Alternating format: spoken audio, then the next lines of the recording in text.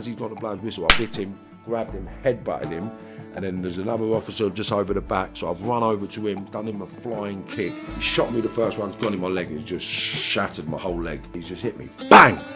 I've looked in his hand and he's standing there with an axe, and I was like, put the gun like that and shot me straight in the eye. I've lost my eye, look, bang. Oh my goodness. Do you understand what I'm saying, Joe? Well, joining me today is a man who spent 15 years in prison. He's been labelled a Premier League criminal, the Yardie hitman, Mr. Big, Marvin Herbert. Thank you very much for joining me. Pleasure to be here. Thanks for coming on the show, mate. Appreciate it. Thank you very much for spending the time and taking the consideration out of your days to visit me and get your data and get the message out. This help spread the positive message that I'm trying to put out there, you know. Yeah, we'll get to that because, you know, there's so much positive stuff that you're doing at the moment. But I want to work our way up to it. Yeah, of course. I got taught very early on, never tell anybody no. Just tell them, I'll get back to you. And then try and find people that can do it. And if you can find people, you're going to make money. So I never told anybody no. So can you get me this? Yeah, of course I can. So then I'll go and speak to them. Can you get this? Can you get that? Can you get this? Yeah, I can. Well, how much? Well, yeah, I can get that, but it's going to cost you this much. Well, I can get that, and it's going to do it. So I just haggled and manipulated and grafted my way through. And then from there, we realised that the delivery vans, the delivering parcels, all the old lot, I see them with all their cashmere coats, all the gear, and I'm like, what do you lot do? What do you lot do? We're on the jump up, son. Bit beyond your league. I was like, what do you mean? Look, you're above your pay grade, son. You're not ready for this. Because I was young and little. No one thought we would game, which was like... How old were you when you're saying young and little? Like 12, 13. Okay, so you're still 12, 13. Yeah, 12, 13, going on 14. When we started doing the jump ups, it was... What are jump ups? It's like when there were a delivery guy delivering parcels or products to a shop. For how it started first, we'd break into the van. As they go into the shop to make delivery, then we'd break into the van with a crowbar. And then one day, I just sort of said to my mate, why are we doing this? And he said, what do you mean? I said, well, why don't we just knock the geezer out? And he said, what do you mean? I said, watch when he comes out. So he's come out and I walked up to him and said, mate, have you got the time, please, mate? And he's going, what? Hit him, knocked him out, and then we've got him into the back of the van, and then we drove the van around the corner and just emptied the whole van. Do you know what I mean? And then it was just something that escalated from there, and then I got arrested for a few bits and pieces, ended up going to prison, and then... Yeah, so how, like, when you got to prison, you were a violent little fellow, weren't you? Like, you got some scraps with the prison guards and all sorts. Yeah, everybody, man. It was just everybody. So when I got to prison, it was more of a thing where I'd grown up and I was mixed race, I weren't accepted by the blacks and I weren't accepted by the whites totally.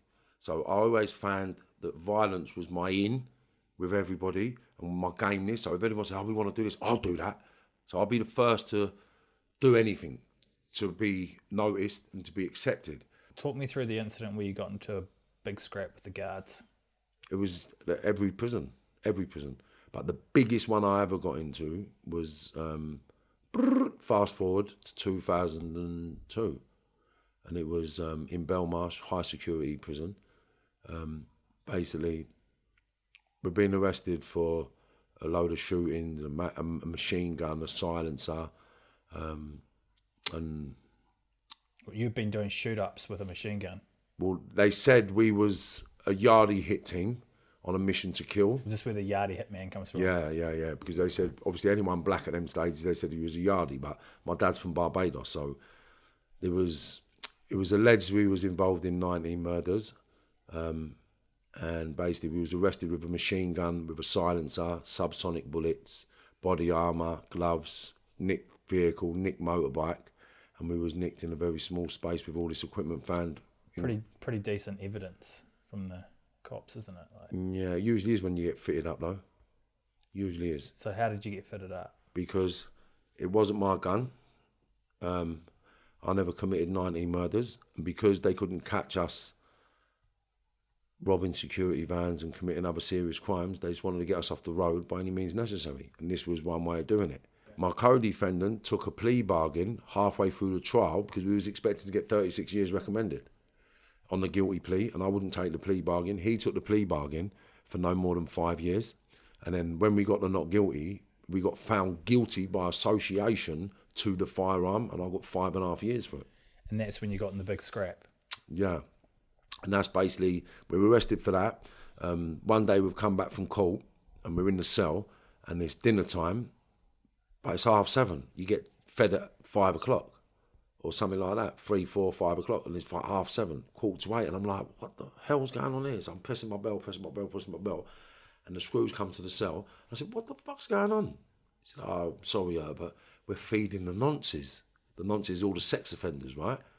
So I was like, what? What? Where in? What? So I was very explosive back then. So a lot of profanity, swearing, screaming, shouting, what the fuck you playing at? What?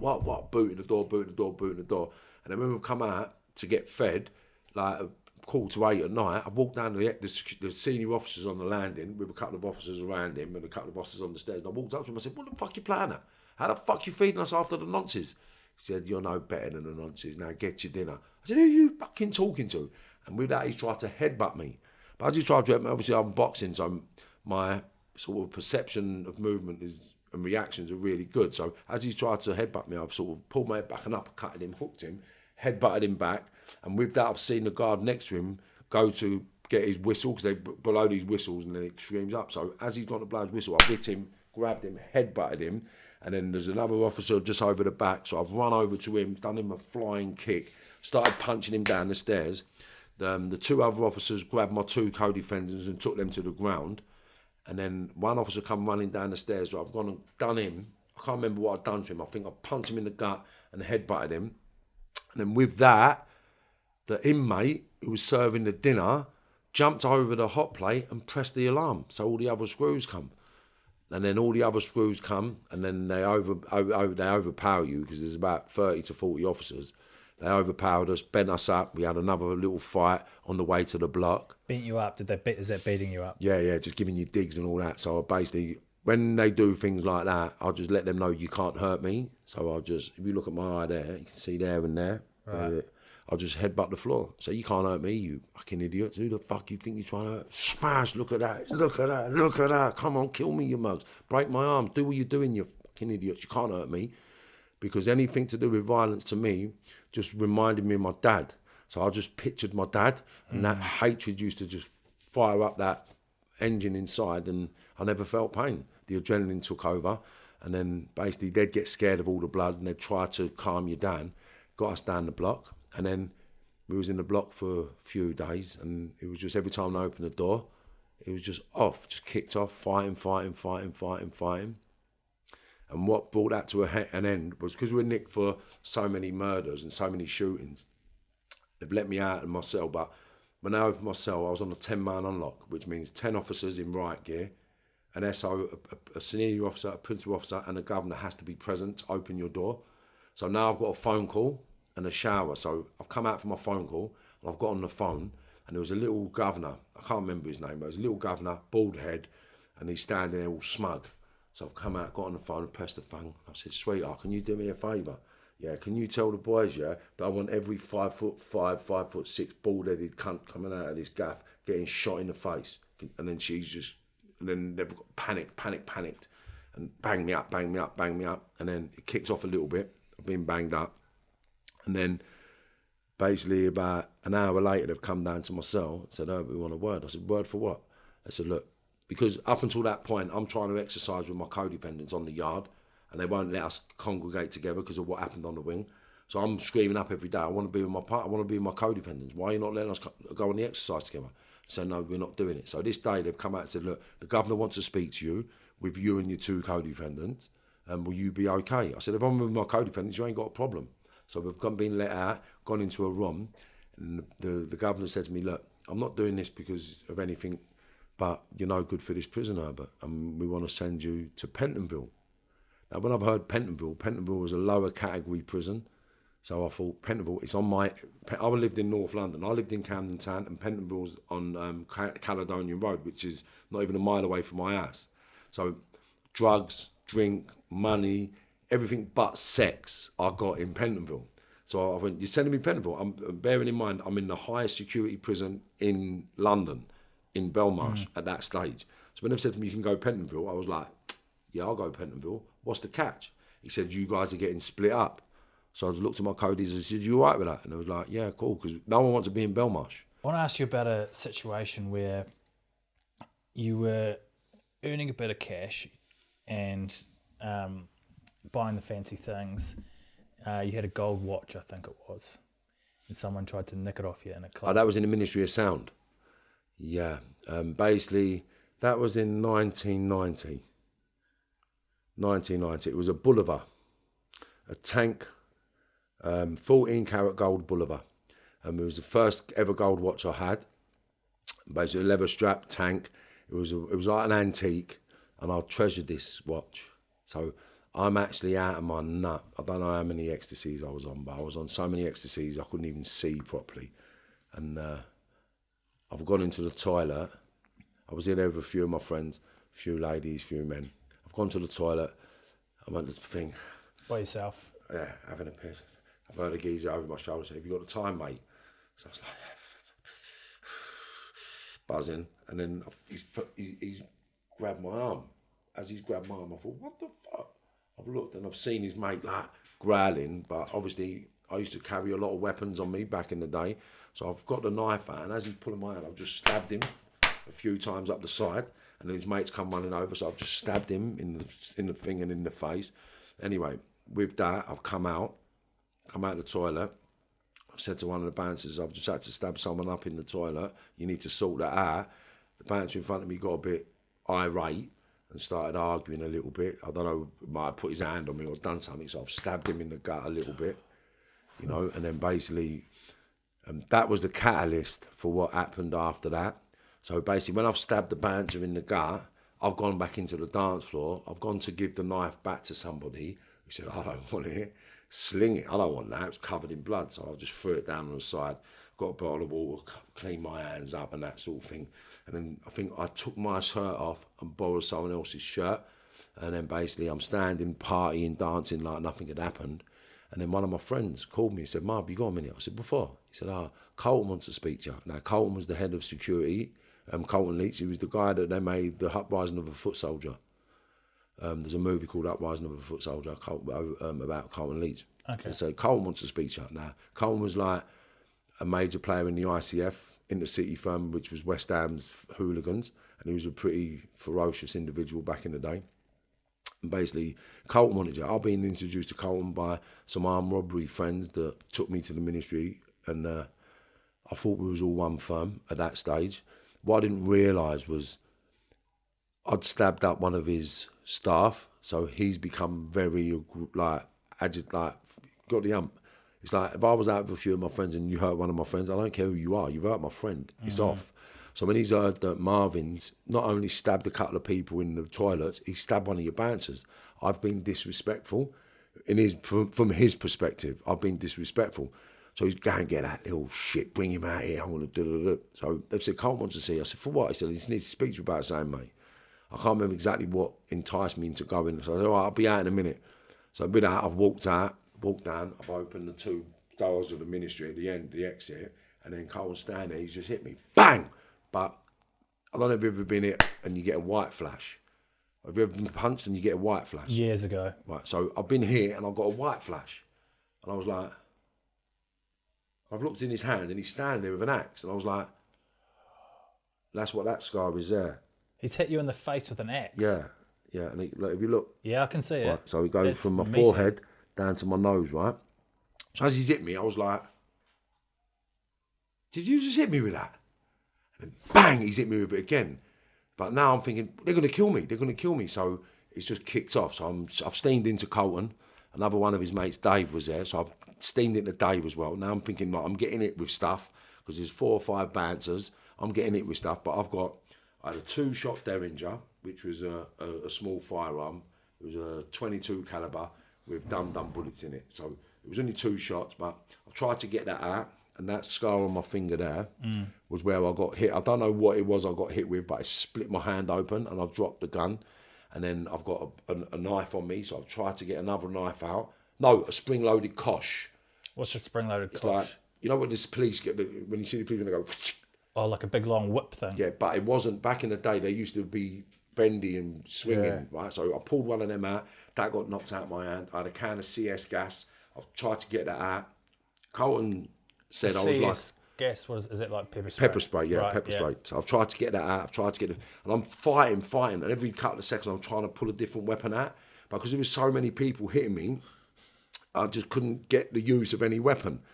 But we're fighting, I'm headbutting, I'm kicking, I'm fighting.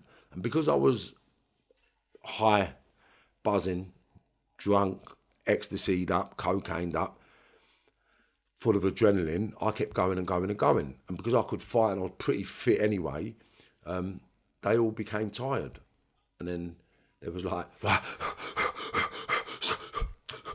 stay there. And I'm like, fucking stay there? Stay there for what, mate? So then basically one of them's come up behind me and grabbed me around the arms. One of them grabbed my legs, and then they've just picked me up, run me out and threw me out the door, shut the door, the back door. They've run me through the nightclub, got to the fire exit and threw me out the fire exit. How did you get yourself into a situation where you got shot 5 times? I met not a young guy, he was an older guy than me. His dad was in the game doing bits and pieces, and I'm on a meeting one afternoon with a few of the old gangsters, just sorting out a few ton of puff. And one of the guys said to me, my son's over, but he's on his toes. Like he needs to get in the gym. Would you mind taking him under your wing? So I said, no, not a problem. So this guy come and work with me. He ended up just being my driver, just driving me about, coming to the gym. But what I liked about this kid was, if I said to him, come at the house, be at the house at 8 o'clock, he'd be there at 22. If I said be there at 7 o'clock, he'd be there at 7:45. Do you know what I mean? Like, it was always punctual, and that was a thing with me, being on time. And he impressed me with his punctuality. So I put a lot of trust and belief into this kid. And then basically I'm nicking loads of money, doing loads of things, and I'm giving him a drink. But what I'm noticing with this kid was that he's never spending money. So we would go out, so we'd have a party, you'd go to the beach bar and you'd have a drink, few bottles of drink, few bottles of champagne, bottles of vodka, loads of birds, your bird, loads of birds, paying for food. You get the bill at the end of the day. And then it'd be between £2,000 to £5,000 for the day's sort of activities. But every time the bill come, he was never around. Do you understand? So that went on for a little while, and then I got to the stage where I just said to him, mate, I don't want you around me no more. I think you're a little scumbag, and I don't want you around me spending my money. I don't mind making money with you, but when I'm spending it, I don't want you with me. That went on. We split up, stopped having it with each other. And I don't know why, but prior to that happening, we went to my friend's house who had a load of watches. We used to get watches at a discount from the main retailers. Well, he did anyway. So I used to be able to get watches at half price or just under, like half price or just over half price for the brand new watches. So I got round his house. I had every watch you could imagine. Patek, not the Patek at that stage. I had Audemars Piguets and Rolexes and Cartiers, which we used to wear all the time. So he asked me if I wanted a couple of new APs, and I was like, no, I'm all right, I'm sweet. So the driver said, can I have that Ferrari special edition Panerai it was? And my pal said, is you all right? I said, yeah, give it to him, sweet, not a problem. So then when he's had the watch, a couple of months later, me and him have fell out, but then my mate who's giving the watch has rung me up and said, are you going to pay for this watch? I was like, what do you mean? He said, you're going to pay for the watch? I said, what watch? He said, the watch your mate took. I said, ain't he paid for that yet? Because he's had maybe 40 to 60 to 80,000 pound off of me over the space of the time. And he said, no. So I was very explosive back then. So when I heard that, I thought, that fucking liberty taking shit. Right, I rang him up. I said, see you fat mug. I said, if you don't go and pay for that watch, I'm going to punch your fucking head in. I'm telling you. Go and pay for the watch. I'm going to come down where you are. I'm going to smash your face in. Once, because obviously, I was a certain type of person. If I smashed your face in, you can keep the watch. So my intention was, I'm going to smash your face in, you can keep the watch. But go and pay for that watch. I'm going to smash your head in. And he went, what are you being a bully for? What's it got to do with you? I was like, what the fuck are you talking about, you cheeky cunt, right? So I'm going crazy with this guy. Anyway, I thought, right, where are you? I'm down Portobello. I said, right, I'm coming. So when he's come back, he's walked up and I've seen him. I said, right, come on then, silly bollocks. Let's get up to the top of the road where there's no public, there's no cameras, there's no people. And he pulled his side up like that and I just see the gun. I was like, what the fuck are you going to do with that? I never thought he'd pull it out and shoot me. So when he's pulled it out, I've tried to get to the gun to take it off him. Do you know what I mean? Because once you grab the barrel, they can't, it'll bang and it might backfire on him, but the bullet ain't going to come out because things need to happen with guns for for the bullet to come out. So anyway, I know once I grab the gun, I can take it off him. Because obviously your finger's like that. If I grab it and twist it, it snaps a finger. So it's very hard for someone to shoot you once you grab the gun. And I've known that because I've took guns off people in the past. So my intention was grab the gun, take it off him. But then he shot me in my leg. Right, so I'll show you the x-rays. I'll send you the x-rays so you can put it up. So but he shot me the first one, it's gone in my leg. It just shattered my whole leg. It just blew my leg into smithereens. And I've hit the deck straight away. So then, obviously, I'm fuming, screaming, you fucking animal, do your job. Do your fucking job. Not thinking he'd have the arsehole to kill me. So then, one shot was in the leg, I've hit the deck. I told him, do your fucking job, thinking he'd shit himself and walk off. But he's just sort of hesitated for a couple of seconds, and then he must have thought to himself, fuck, I've got to kill him now. Retrospectively, that's what most probably happened. Then he shot me again, and it went down my willy, shot my testicle into my pants. And then I've gone back and I've tried to get up. As I've tried to get up, he shot me through my arm. It went, because he was in front of me there, shot me through the arm, bounced off the floor, went through my pelvis, shattered my pelvis, and then shattered my two bottom vertebrae, 8 and 9 at the bottom of my back, and exited my back at the bottom. And then I've sort of fell back down, and I was thinking he's going to walk off. So as I've opened my eyes, I see him walking towards me. And I thought, fuck, this fucker's going to kill me. And I've got back up. And I was sort of, as he's coming, I was going to say something. Something says to me, don't say nothing.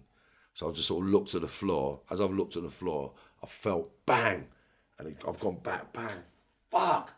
And I've looked up to see what he's doing. And as I've come forward, he's just put the gun like that and shot me straight in the eye. And that was... Point blank range. Yeah, more or less, yeah. And then bang, I thought I was dead. My head's gone back, I've hit the floor, I thought, oh my God, I'm dead. And I've heard, Marv, is that you? And obviously, instantly I thought I'm in heaven or hell, wherever. And I thought, fuck, I'm dead. And as I've opened my eyes, it was my mate from the gym. So I'm like, fuck, get to my car, get my phone, get this, get that. So he's gone to my car, got my phone. I'm thinking now, Andy McNabb, Bravo 20, I've read the book in prison. Right, so when he says in the book about getting gun wounds, get the heart rate down, just breathe. So I'm breathing, keep trying to get my heart rate down. Obviously, I made a few phone calls to the people I know to let them know exactly what's happened, because where we come from, everything has retaliation. So as long as he gets killed, I don't mind dying. Do you know what I'm saying? That was the mindset I had when I was insane. So I had to tell someone exactly who it was. Do you know what I mean? So I've rung my closest friends and said, listen, fucking cunt shot me, mate. He's done me. Who? Brother, I told him who it was who's done me. And I've rung the missus, tried to let her know. Rung a couple of people, told them what happened. And the next thing, I was all right, feeling all right. And then the police turned up. They've rung an ambulance, because I rung the ambulance first, and they didn't believe me. I rung the ambulance and I said, a helicopter sanitarius is like a private helicopter company. There was an ambulance service. So I rung them up. I said, look, I've just been shot. I said, where are you? I said, Port News. They said, what happened? I said, I've been shot in the face. And they hung up. What? And then I rung them back again. I said, no, seriously, I've been shot. I've been shot about 5 times. And they hung up again. And then the police turned up. The police rung them. That's when they sent the ambulance. And the ambulance turned up. And the only thing that hurt me, really, was when they moved me to put me on the stretcher. My leg was... the pain was just... I still... it was so horrible. And then basically, I just remember saying to the doctor, I don't care what it costs. Save my leg. Do not take my leg. Because when I've looked at my leg, it just... Because as he shot me, I've just collapsed. So because when you see the X-ray, you'll see, because there was so many fragments of bone, the leg just, and it was just like my leg was in a funny position. It just looked Just compressed. No, it just, my ankle was up and like it was just, it just didn't look normal. Do you know what I mean? It just didn't look normal. Like because there was no bone in between my hip and my femur, and it had been squashed. My hip, my heel was up in the air, and it just didn't look real. Do you know what I mean? And I was just, I'm going to lose my leg. I'm going to lose my leg. So I said to the doctor, please, whatever it takes, I'll pay. I don't care. Please don't take my leg. Let's talk about how you got to number 10 Downing Street, the home of the UK Prime Minister. Where does that? How does that work? Well, the only analogy I can use that people can relate to is when you drink yourself sober. Right? Okay. Right. So I insaned myself back to normality. Right? So I was insane. I lived 24/7 in my limbic system. So what people think about doing is what I done forever. I gave up on the criminal fraternity. I said, I'm not doing it no more. So then I had to think, what am I going to do to survive? So a friend of mine come to me, introduced me to Bobby Cummins, OBE. Bobby Cummins, OBE, is a man who's done a lot of reform work within the British culture. Changed a lot of laws in society, so criminals now can get bank accounts, criminals now can get insurance, criminals now can be looked at in a different perspective. He had an organisation called Unlock, and he was connected to a friend of mine who was doing really, really well with an organisation.